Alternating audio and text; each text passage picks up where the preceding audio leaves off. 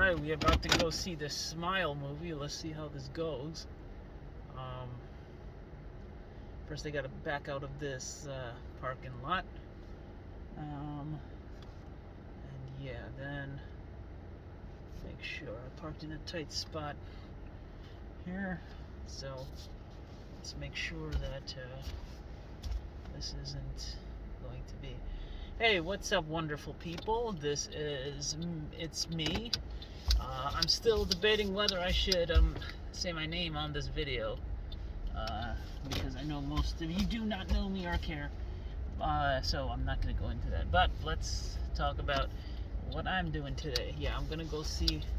I'm trying to get back into the movie swing of things. It's always been kind of like a plan of mine to see movies on a Sunday. And yeah, like Sundays are typically a good day because nothing else is going on, and I'm trying to see a movie that's popular in the theaters. You know, I don't necessarily have to do this, but you know, kind of to stay contemporary with the crew and the crowd of anyone who's interested in talking about movies that I run across.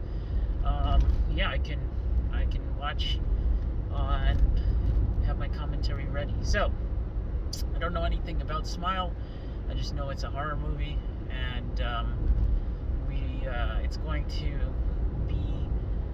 It's about. It's supposed there's no monster in it. Supposedly, I didn't really read I read a little bit of the reviews, and on Rotten Tomatoes, I don't know. I mean, you know, when I saw the Tom Cruise movie this past summer, the Top Gun 2 or whatever, Top Gun Maverick, I had, you know, like I got inspired by like the movies again. I think a lot of people probably got inspired by the movies again when they saw that. And you know, like, of course it was a big budget movie. I'm gonna just take off these glasses. Okay. This is all gonna be curated stuff here anyway, so it doesn't matter. Yeah, so it's a big budget movie, Top Gun Maverick, and supposedly it brought back people's interests in the movies in general, right? So, you know, I don't know how that's lasted, because again, I haven't really paid attention since then.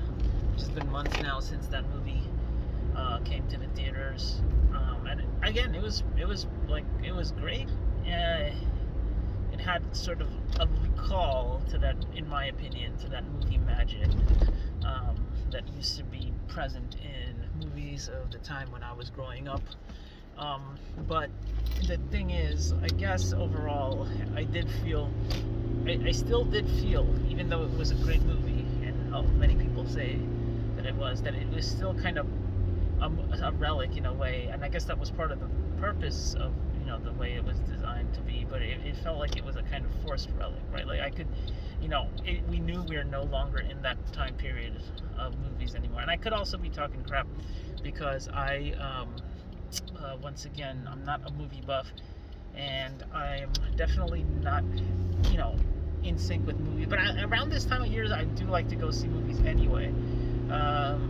You know, I used to see movies with my dad years ago, pretty much going to the same theater to go see those movies. And yeah, I mean, whoa, that's one thing. You know, you could see an Amazon truck like stuck on the highway or something like that. That's always fun. But yeah, I mean, I'm gonna go see this movie. And another movie that I feel like I want to see some cartoon movies. Like, I don't see any cartoon movies in the theater now. I feel a lot of times when I go to the movie theater, like I was on a streak in 2019, and I had stopped that. And I think the last movie I saw was actually, it was on the big screen, quote unquote, but it wasn't. It was in a theater, a very specific theater, in North Brunswick, where like obscure Indian and Bengali movies come in. You know, it's the only place you can see them if you're looking to see them on the big screen. And that was it was interesting, but also a little disappointing, because it was this movie Hawa, and I thought it was going to be more like artistic, and it turned into, essentially it was artistic, but it also kind of turned into like a little bit of you know little slasher fest with elements of progressive SJWism in it, for lack of a better word. So that was something that, like, again, I didn't hate it, and I saw it with my mom, and she wanted to see it, and she particularly wanted to see it for the soundtrack. But we talked about it after, and we realized that, yeah, it was kind of, modern day. Again, if the kids want action, they have no attention in general anymore. As they say, as older generations will say, invariably about younger generations, that the attention span isn't there. And you know what? That's maybe just because the kids' attention spans haven't developed yet. I don't know. And when I say kids, I mean young folk. Anyway, yeah. So going over to this movie, I don't know what else. I have to see what else is on the landscape. I mean, so I saw that there's this Halloween Ends, and to be honest, I think I saw the first Halloween movie years ago, and I haven't seen a Halloween movie since. And yeah, I think it's getting really ridiculous. I saw that it's Halloween Ends, which I assume, if it's anything, it's the final Halloween movie. Which, thank goodness, it should be. At least, whatever. It got really bad reviews, so I'm not gonna go see that sucker.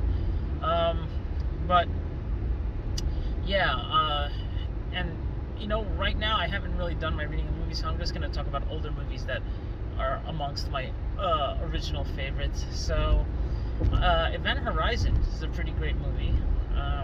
In terms of, we're in October, so we're talking horror movies, and yeah, Event Horizon, in my opinion, is a really good movie.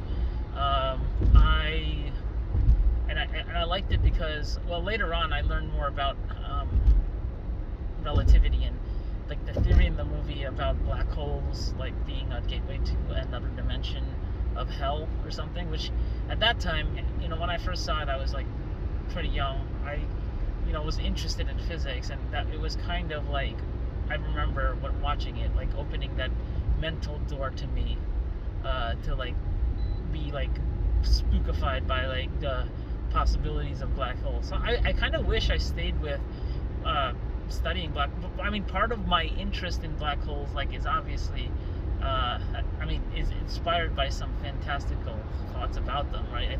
I imagine that most people who are black hole aficionados, or physics aficionados, or physicists who study black holes and theoretical physics, and the physics of general relativity and singularities, etc., they were inspired, and I feel like by some fantastical reasoning. Maybe a lot of them were just like really super interested in just the pure physics. Regardless, they were using their imaginations. Like Einstein was very prone to using his own imagery, visualizing, and his own imagination to come up with things. So yeah, this could have been something. This could have been this. But for me, Event Horizon was one of the things that did help inspire an additional interest in black holes, besides my physics background. So yeah, and that had Lawrence Fishburne, who's still acting. This came out years ago, I think '97. And that guy from Jurassic Park was also a villain in The Tudors for a while, or whatnot. I think everyone was a villain. Everyone in Tudors was a villain, probably, except Anne Boleyn. But yeah, he described black holes in a very interesting way. If you watch the movie, you'll see. And the visuals for '97, and in the '90s, the later '90s, the visuals and things were generally pretty dang good overall. But anyway, the visuals for things in that in Event Horizon were to me stunning, because they harken to the 2005, the mid 2000s, sorry, not 2005, to the mid 2000s kind of hostile kind of, they call it torture-ish, gratuitous torture graphics kind of thing. That's if you're into like the Halloween, like, scary stuff. And I think I don't remember when it came out. I thought it came out in the summertime. But it definitely is a movie you'd want to see in Halloween because it was, or like I think another thing that it harkened to was like Hellraiser ish or whatever kind of.